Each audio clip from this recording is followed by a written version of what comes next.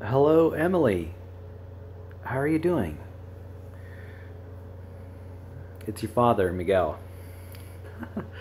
I've got a new setup here with the video, so hopefully it'll work out okay. I got your text yesterday. You sent me a text telling me about how you've been sick lately and that you're home.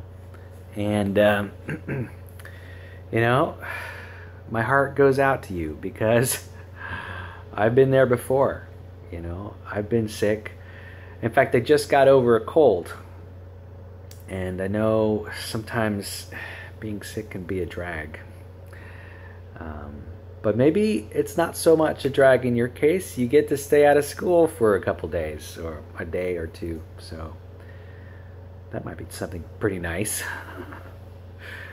It kind of reminds me of a story when I remember when you got sick a long time ago back in, I guess it was 2009. This is when the H1N1 virus was around. That was the, what was it? Some kind of virus, I forget. But I remember that we were, your mom, you, and I were on an outing to it's like Hearst Castle, San Simeon. And I remember you were sitting in the back seat. And, we were enjoying the beach at San Simeon. And I remember you began to feel, I guess you had a stomach ache or something. You began to feel nauseous that afternoon. This was back in 2009, so you must have been, since you were born in 2004, you must have been about 5 years old. And I remember the drive back. You were complaining about not feeling well. You complained to your mom about it. And we drove home, and that evening, I remember you began to feel worse and worse, and then eventually you were just throwing up all over the place. It was just a stream of vomit. And you were at it. I felt my heart went out to you because you were so sick. I couldn't believe it. And I don't think we got a lot of sleep that night.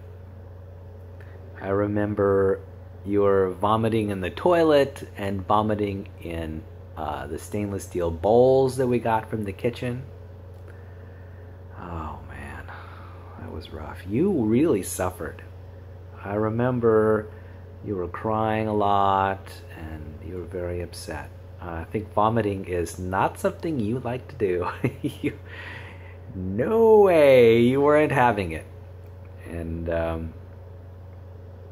yeah, you were afraid.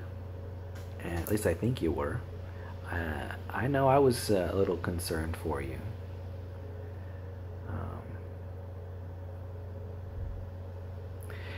Now, another thing I remember is that illness did not last very long for you. I think this happened on Saturday. And so Saturday night was when you were vomiting. And that was a very sleepless night.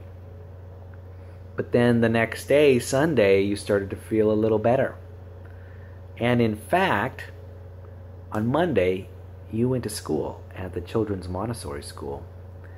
I remember I walked you to school that morning, and I was a little bit cautious because I still remembered that Saturday night when you were, vomiting all over the place, and I think you had maybe a fever for a little while.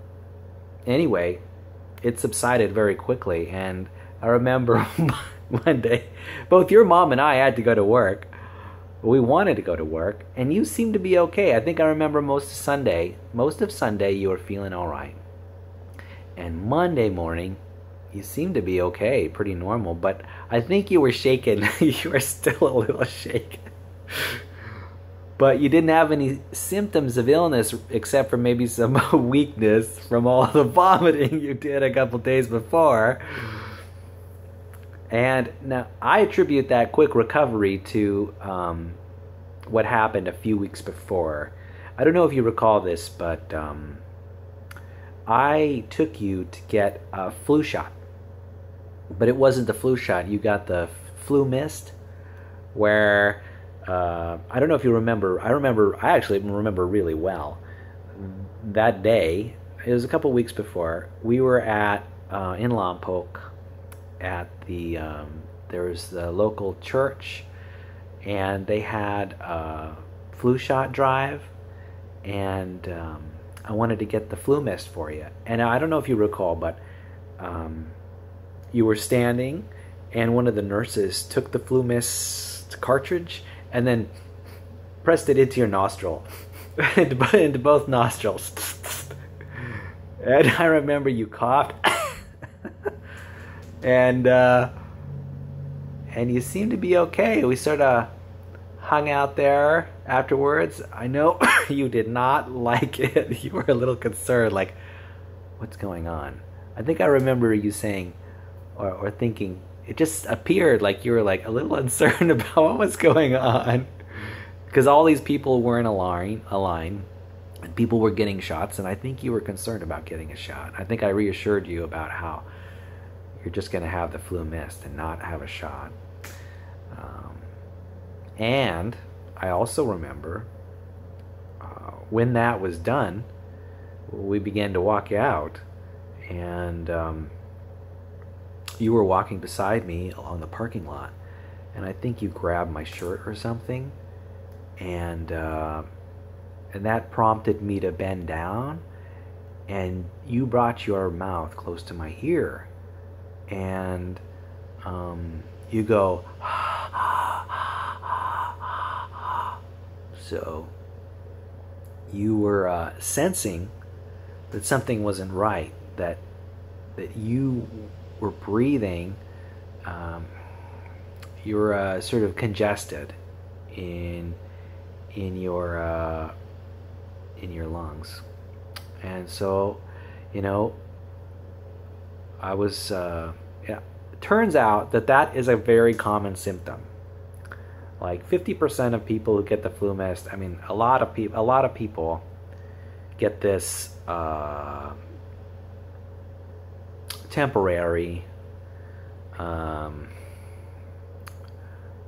wheezing. Anyway, we turned around and we went back to the clinic there that they had put up, temporary clinic that the nurses put up, and we sat in the back on that.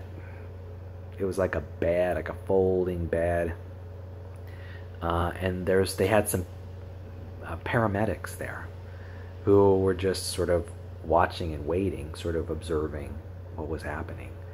And I remember you were feeling, I got the sense that you were feeling pretty concerned about that, But after about 5 or 10 minutes of sitting there, I got a sense that it was that you were feeling a little stressed out.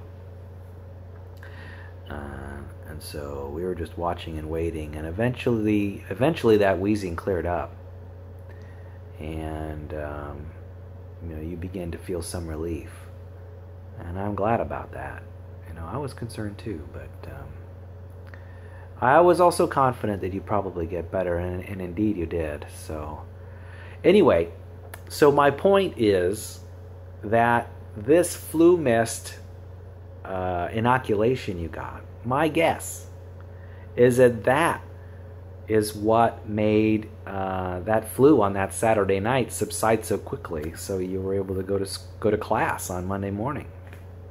So that's the these are the connections that I'm making in the story. So anyway,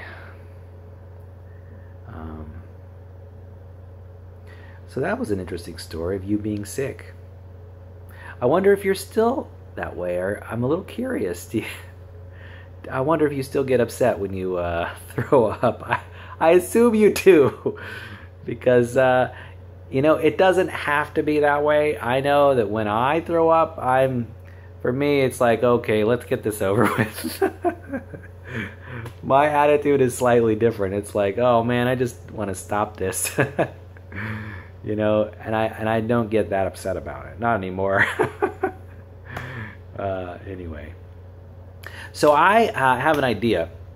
I was thinking that I would take some time out and spend 5 minutes, like a challenge, sort of have it where I describe things that I love and appreciate about you. That's right. So I've got my smartphone on my laptop computer, and I've got it set to a timer set for 5 minutes. And so what I'm going to do is, it's sort of like a little game that I'm going to play. For 5 minutes, I'm going to talk about all the things that I appreciate about you and the things that I love about you for 5 whole minutes. So that's the challenge. Okay. I don't think I'll have any problem doing that at all. But we're going to give it a try. And you'll get to hear a little bit about what I think, so that might be nice. So, okay, so I'm about to go to it, and here we go. Start. Okay, so the 5 minutes started now. So, Emily, I want to say that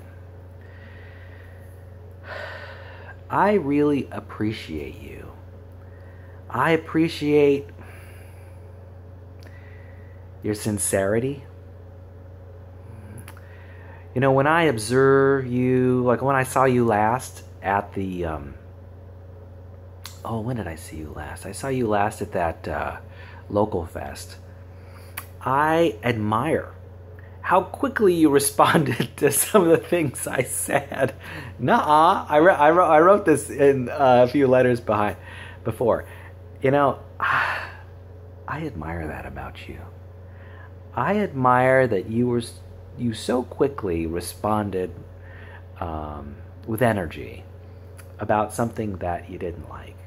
You know, I think that's fantastic. And, you know, it sticks with me about how much I like that and admire that. You know, how you have no, from what I can tell, you're not as guarded as some other people are. You know, you put yourself out there, and that's to be admired. I really like that. Partly because it reminds me of me. I'm a lot like that too. I tend to be, you know, some people are so guarded. I tend to be more open. You know, this is the way I feel. These are the things I want and need. A lot of people aren't like that. And I like that you're like that. One thing I also like about you is your sense of humor. You're so funny. I know I haven't seen your sense of humor in a long time, just because I haven't seen you in a long time. But when you were younger, when you were like 5 years old, oh my God, your sense of humor was so phenomenal. I remember when, you know, every time I take a photograph of you or something, you know, you would act in a certain playful way when I take the photograph. And it just, like you would point at stuff and you would make faces and, or you would go into certain poses, right? Or you would point at, you would add a little bit of your personality to the photograph. And I love that about you.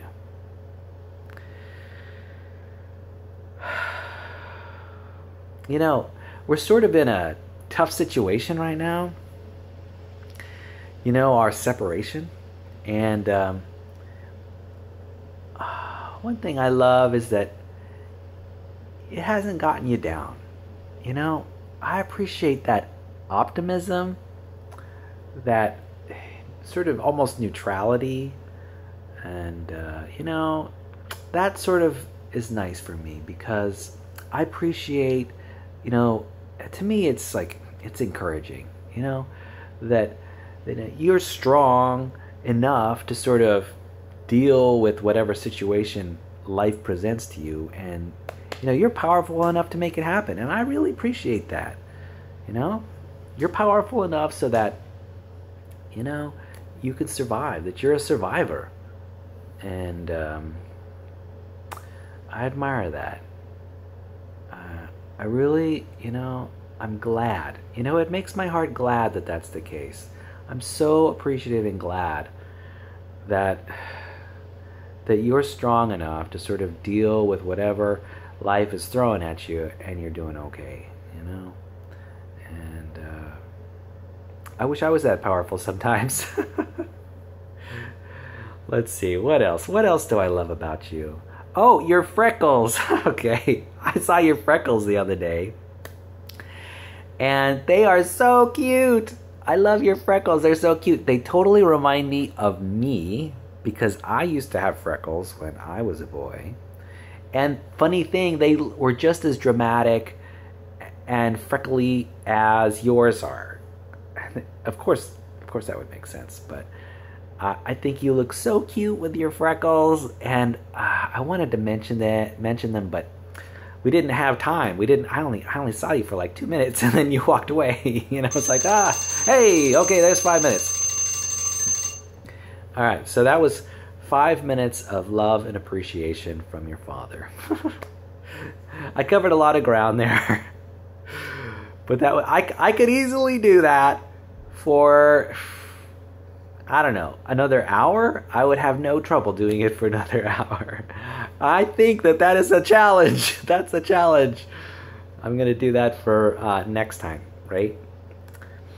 Well, this video has already gone on for 16, 17 minutes, so I want to relay to you this. I relay it every time, and that is that I love you. You are my daughter. That means something to me, I've made a commitment to you, a lifetime commitment.